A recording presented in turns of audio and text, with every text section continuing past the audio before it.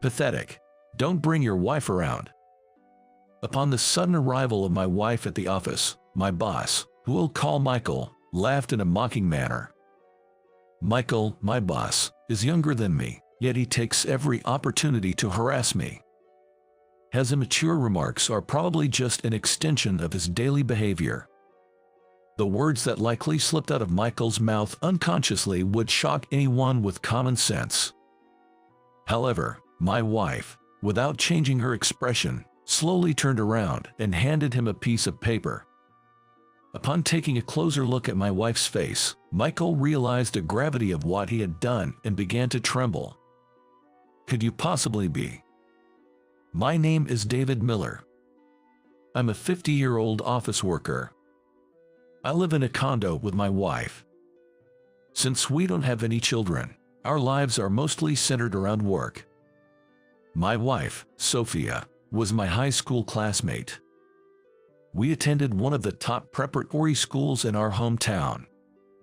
It was a given that after 3 years of intense studying, one would go on to a prestigious university. Sophia, who was in the same class as me for all 3 years, became a close friend after we were seated next to each other in our first year. Studying together before exams, our relationship evolved into something more than friendship but less than romance. Sophia, you're really good at math and science. I envy how you understand everything in class so easily. It's not like that, but looking at numbers calms my mind. They don't have double meanings or require reading between the lines. The clear rules make it feel safe. It's amazing you can think like that. I'm always barely keeping up, so I don't have the luxury to think so deeply. Sophia consistently achieved top grades in our grade. Partly because of this, I harbored special feelings for her. A mix of admiration and affection, a curious blend of emotions. However, I couldn't bring myself to confess those feelings at the time. One reason was the impending university entrance exams. I figured Sophia had other priorities. Another reason was my family situation. My father worked for a company that suddenly went bankrupt, leaving us without any income. As the situation started to look grim, there was a noticeable exodus of younger employees. To compensate for the vacancies, my father began to work incessantly, giving up his days off. Despite his efforts, the company went under, leaving salaries unpaid. Having dedicated his life to the company, my father had no energy left for job hunting and retreated into seclusion at home. I've decided to give up on university and start looking for a job. Being from a competitive school should help with the job search, I think. I shared my situation with Sophia on our way back from studying at the library one day. I expected her to object, but her reaction was surprisingly supportive. You'll be fine, David. Choosing a different path can be a chance in its own right. You'll likely catch the attention of many companies. True to Sophia's prediction, I received several job offers. In the end, I chose to work for a food manufacturing company. The deciding factor was the salary. Although it was commission-based, it offered the highest pay, especially given the field work involved in the sales position. With my father unable to work, it was up to me to support my family. My younger sister wanted to go to college. Therefore, I needed to save up for her tuition as well. Sophia went on to attend a prestigious national university in New York. She worked as a student intern for a major company in Spain, shining as a star student in her international studies program. Sophia, whose language skills had improved to a native level, effortlessly joined a publicly traded company. She quickly made a name for herself, including a stint at an overseas branch, showing rapid career advancement. Despite our contrasting paths, we continued to stay in touch frequently after graduating from high school. Even as she surged down the elite track, Sophia regarded me as an equal. As a working adult, it's common to meet people who change their attitude based on academic background and income. However, Sophia never behaved like that. and I found myself increasingly drawn to her. It wasn't a matter of who confessed first. Somehow, we naturally became a couple. Then, the summer we both turned 25, we started living together and got married the following year. I had a desire for children, but Sophia, being groomed for a leadership role, was inevitably faced with endless overtime. It was clear that having a child would place a significant burden on Sophia, both in terms of childcare and financially. While I felt envious of families playing in the park, I couldn't bring up the topic of having children. Yet, life with Sophia was happy. We enjoyed moderately luxurious overseas trips once a year and relaxed at spa during long weekend. By the time we were over 40, this had become our norm. The happiness of growing old with Sophia. I had come to be satisfied with this life. My peaceful life with Sophia changed dramatically when we turned 50. Suddenly, a trivial matter led to my demotion to a sales office in the countryside. The reason for my demotion, to put it simply, was jealousy. The majority of employees at my company were university graduates. There were also those with master's or doctorate degrees. Among the men, I was the only one with just a high school diploma. Having been at a competitive school, I was exceptionally hired due to President Johnson's interest. Proud of my effort to not hold others back because of my educational background, I worked harder than most. I studied on my days off to improve my sales skills and even ordered foreign magazines at my own expense to deepen my product knowledge. As a result, my sales performance surpassed many university graduates, making me one of the top performers in the company. Although not as high as Sophia's earnings, I was paid more than most graduates due to the commission-based structure. However, it's true that some employees were not pleased with my success.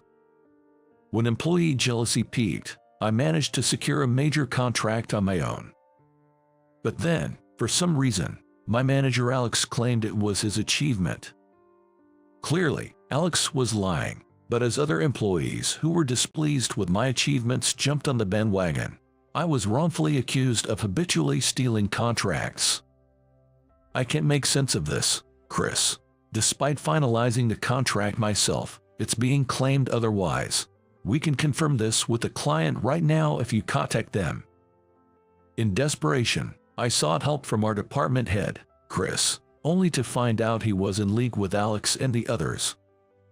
In fact, Mr. Johnson held me in high regard and often told Chris and Alex to take a leaf out of my book. He even mentioned considering promoting me to department head if others couldn't produce results on their own. For the university-educated employees, having me, a high school graduate, as their superior was an unbearable humiliation. Thus, Chris and a group of like-minded colleagues conspired to set me up. Mr. Johnson promised to reinvestigate the matter, but even if my innocence was proven, my position in the company was untenable. Changing my work environment could lead to growth in some way. To quell the turmoil within the company, I volunteered to work at the rural sales office. This marked a significant decision and change in my life at the age of 50. It's unbelievable that you've worked so hard only to be treated like this. You shouldn't have to suffer for something you didn't do. You can't just run away. You have to fight this to the end. Sophia, who has always been strong-willed and outspoken since high school, expressed her indignation. In contrast, I prefer to withdraw from messy situations rather than getting entangled. Once the flames of human jealousy are ignited, they seldom die down. That's why I felt contending with Chris and Alex was a waste of time. This is my issue, and Sophia, you have important work. I don't know how long it will take, but I'll go alone. I conveyed my decision to go on a solo assignment, prepared for the possibility of separating from Sophia. However, Sophia's reaction was unexpected. She proposed an optimistic alternative. This could be an opportunity. We're in the era of remote work. As long as I have my computer and internet, I can work from anywhere. The countryside will have internet, right? If so, I think I should come with you. Sophia, who dislikes dishonesty in others and always stands by her principles, was ready to make the move for herself, not just for me. You don't need to go to such lengths for me, Sophia. I think I can come back on weekend and we can spend time together then. That's not it. It's not for you, it's for me. I'll adjust my work approach, so don't worry. Just focus on your own issues. So we left the condo as a base for Sophia's business trips and moved into a small apartment together. Our new apartment wasn't spacious and we left most of our belongings in the condo. Despite my concerns, the space was more than adequate. It feels like a return to basics. It's refreshing in a way. Right? It reminds me of our early days as working adults. I had worried Sophia might dislike the smaller space since we were used to living more comfortably, but she seemed to enjoy the change. Sophia, thank you for coming with me. When I learned about the transfer, I was honestly downcast, but being away from those difficult people has been refreshing. I'm ready to make a fresh start and give it my all. Don't worry about it.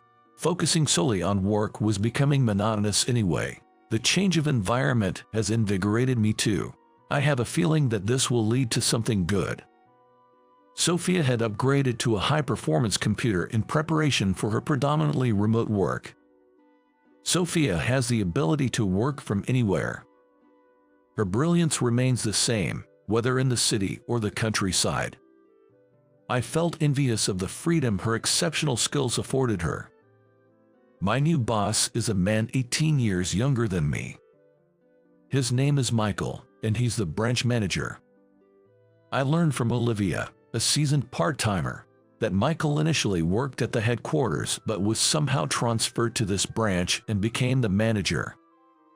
I was looking forward to the new guy, but a high school grad and a 50-year-old regular employee. That's seriously bad.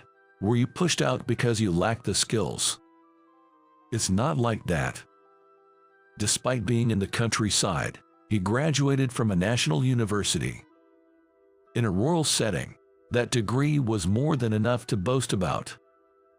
There wasn't the slightest hint of a welcoming attitude. Not knowing how to respond, I fell silent. Upon learning that I was a high school graduate, Michael began to bring up university-related topics for no reason. It was clearly an attempt to belittle me. He seemed pleased with my silence.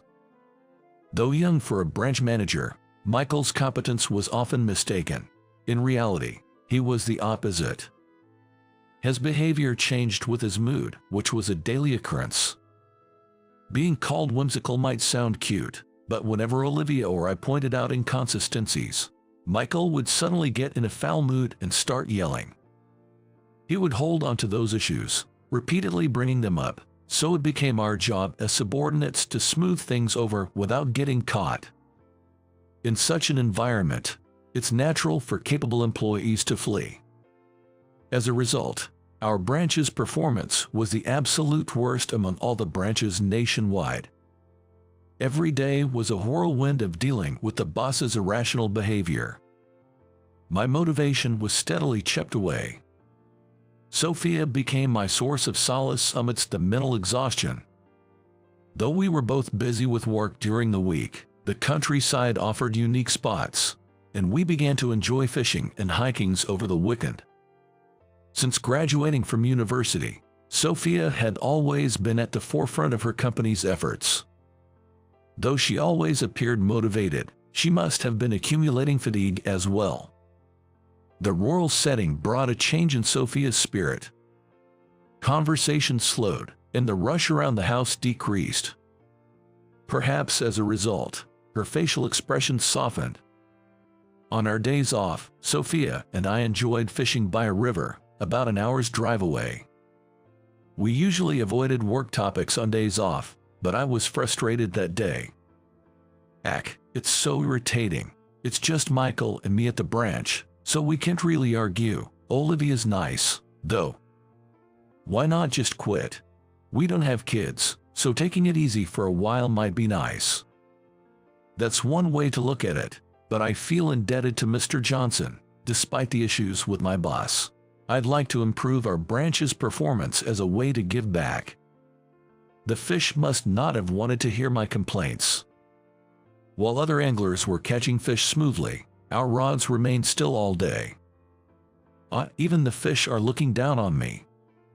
Just as I was about to reel in my line, something soft brushed against my calf. Startled, I looked down to find a tabby cat gazing up at me with big eyes. That gave me a scare. What's a cat doing here? She looks feminine, no ear tipping, so she's probably not a community cat. Even so, it doesn't seem like she has an owner. According to regular anglers, she was a stray abandoned by humans. For the past 2 months, she had been living off scraps from the anglers. She looked healthy but a bit thin, which concerned us. People can be so irresponsible. Maybe she thought hanging around here would get her some fish. It's okay now, but it'll get colder. Fewer people will come fishing. I wonder if she'll be all right with her small body. She meowed as if asking for food, but unfortunately, we hadn't caught anything that day. However, we couldn't leave the resilient tabby to fend for herself in such a remote place. When I picked her up, she purred and buried her face in my arms. She gripped me tightly, as if asking never to be let go. She must have been cared for by someone not long ago. I felt a strong urge to protect her. Sophia felt the same. After discussing with our condo's landlord, he mentioned plans to demolish the 50-year-old building in 5 years. He agreed to overlook minor damages like scratched posts as long as we took care of toilet draining. In urban apartments, it's not uncommon for people to be concerned about the smells of pets like dogs and cats, but in the countryside, animals, including livestock, are commonly kept everywhere. As a result, the attitude towards keeping pets was much more relaxed. So, after getting permission from the other residents, our family grew in this way. Initially, we referred to her as Kitty, but after discussing it with Sophia, we decided to name her Bella. She's our long-awaited daughter. We should get her a health check at the vet, just in case. She might have diseases common to cats, and it's better to know now. Right.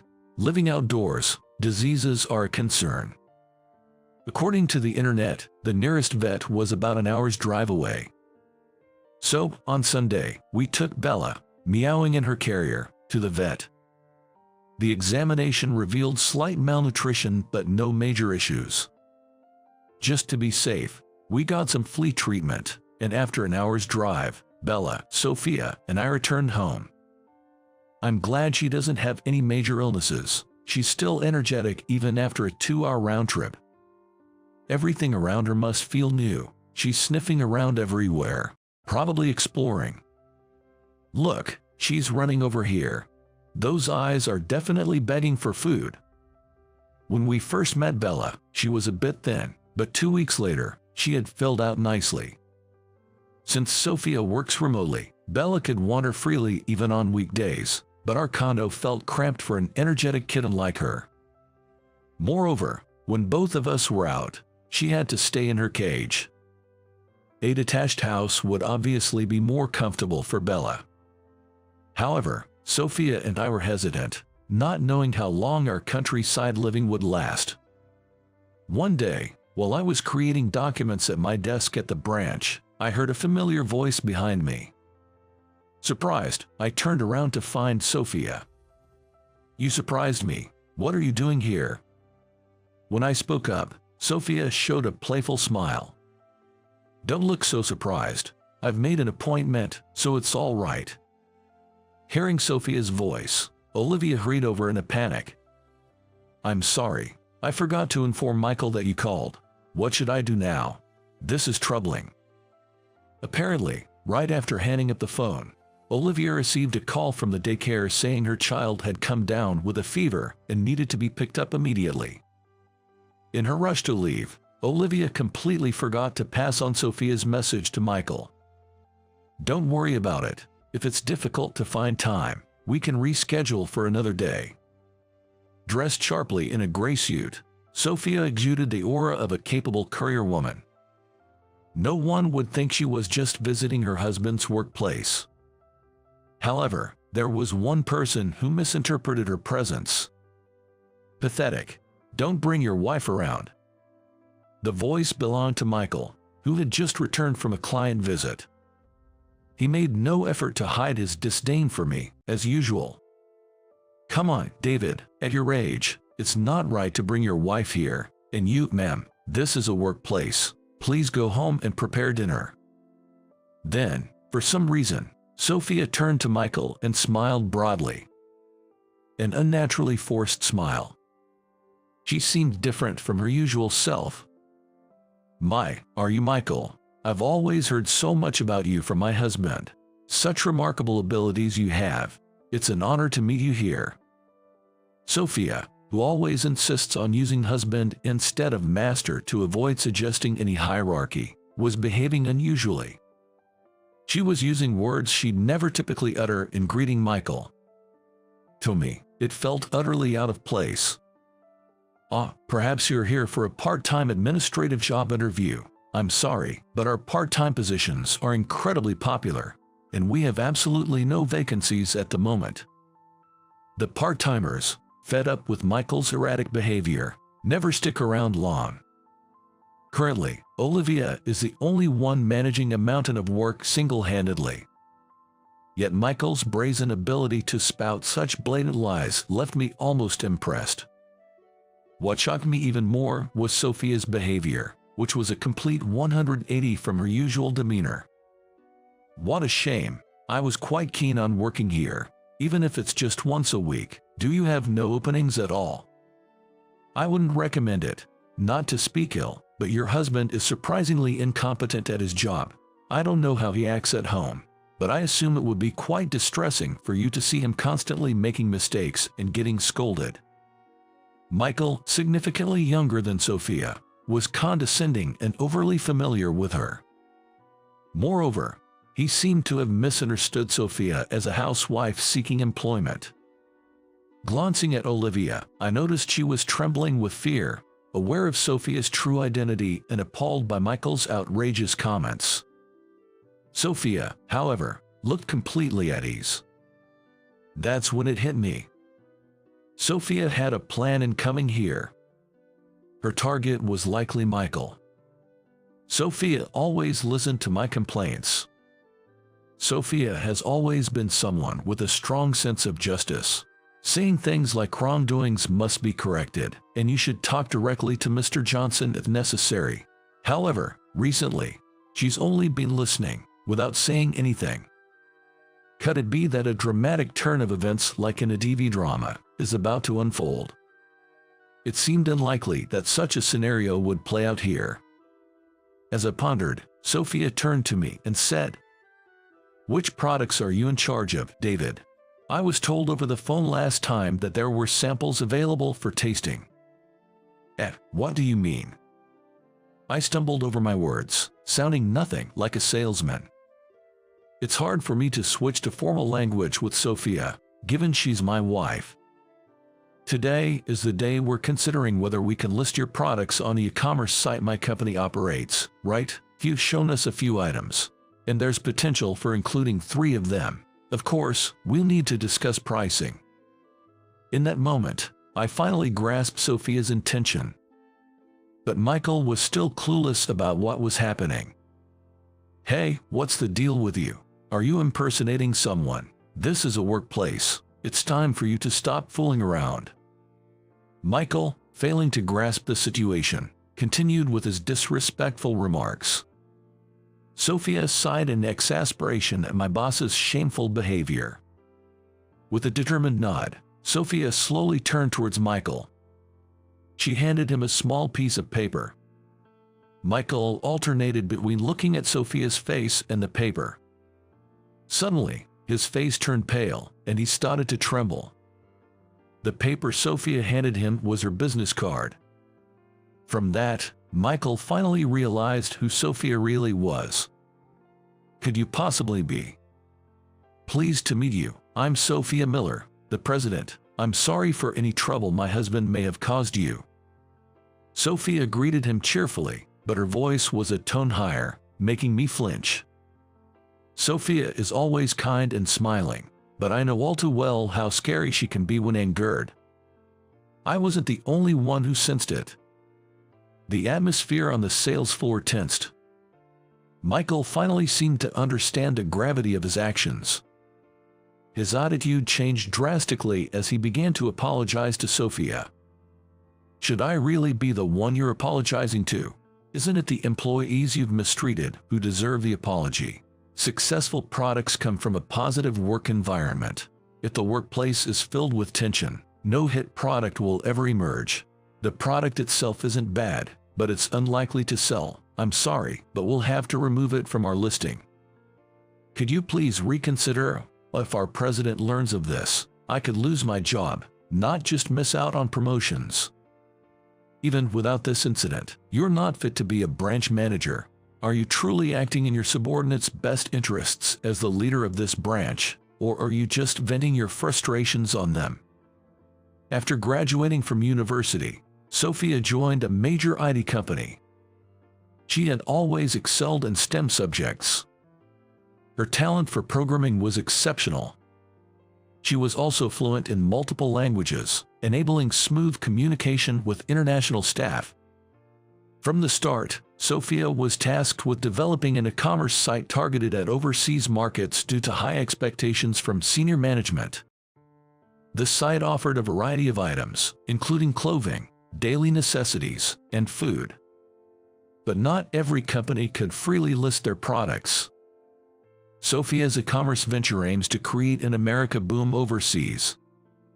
For this purpose, discerning buyers like Sophia scrutinized the products.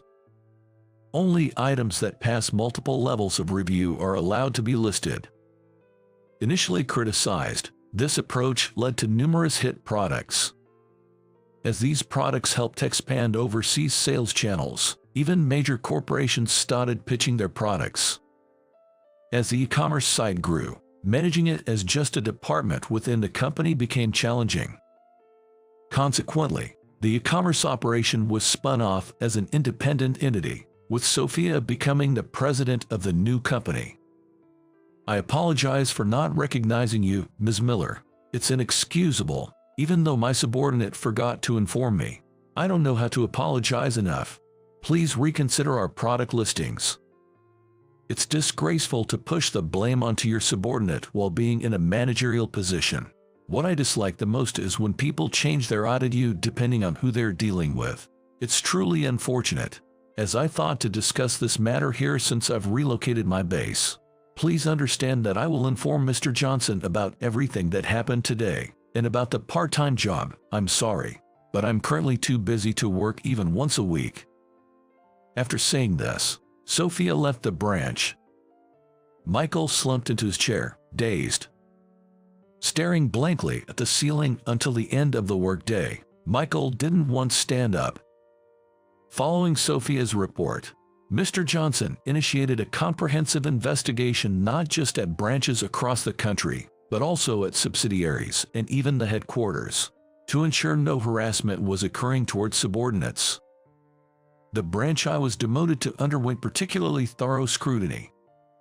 As a result, Michael's misuse of his position and inappropriate behavior were revealed one after another. Loud sarcasm, dumping his work on others, forcing weekend work, and making others pay for outings. All of these unprofessional behaviors came to light. Sophia genuinely had an interest in some of the products manufactured by the company, unrelated to it being my workplace. The presence of a nearby branch contributed to her genuine desire to consider a business deal, but she wanted to ensure that Michael would not take credit for it. That was the strategy behind her actions. 6 months later, Sophia and I started discussing Bella, who seemed cramped moving around in her cage. Perhaps she was happier wandering freely as a stray cat. But living outside, you never know what might happen at any time. Don't you think Bella wants to live freely too? I want to make it passable for her to move around without any worries. Yeah, you're right. Plus, if we keep her like this, she might not get enough exercise and become overweight. Having Belle in our home has increased our conversations more than ever before. I think she's hungry, or she seems a bit grumpy today. Sophia and I report every single move and behavior of Bella to each other. We're like a young couple watching over a newborn baby. After thoroughly discussing our future career plans together, we decided to sell the apartment we used to live in and bought a detached house near the office. We prioritized a spacious layout so Bella could run around to her heart's content. This also enabled us to secure a dedicated workspace for Sophia. This setup would allow for hassle-free online meetings. The reason for moving close to the branch was that I took over from Michael and became the new branch manager. At our branch office, there are only 2 employees, the manager and a regular employee. We managed to increase our part-time staff from 1 to 2, but we're still a small but elite team. We focused on properties within cycling distance so we could respond quickly in case of any issues. By that time, Michael had already left the branch. Mr. Johnson personally gave Michael a warning. Mr. Johnson demoted him to a regular employee and appointed me as the manager. However, from that day on, Michael never came to the branch again, and after 2 weeks of unexplained absences, he submitted his resignation.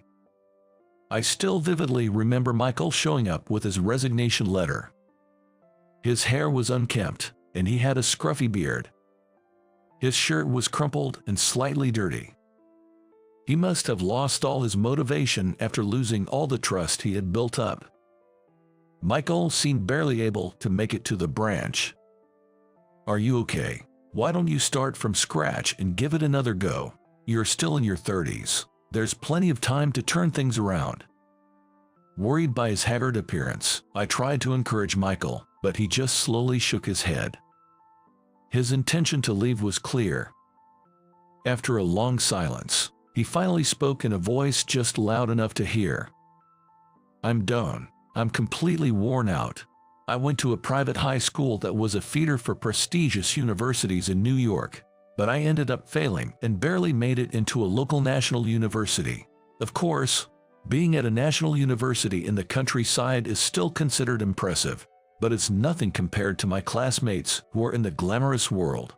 I thought I could make up for it by getting a job, but I couldn't get along with my boss and was transferred to the branch. I got the title of manager, but it's a small branch in the countryside with just a few subordinates. I'm too embarrassed to even attend reunions."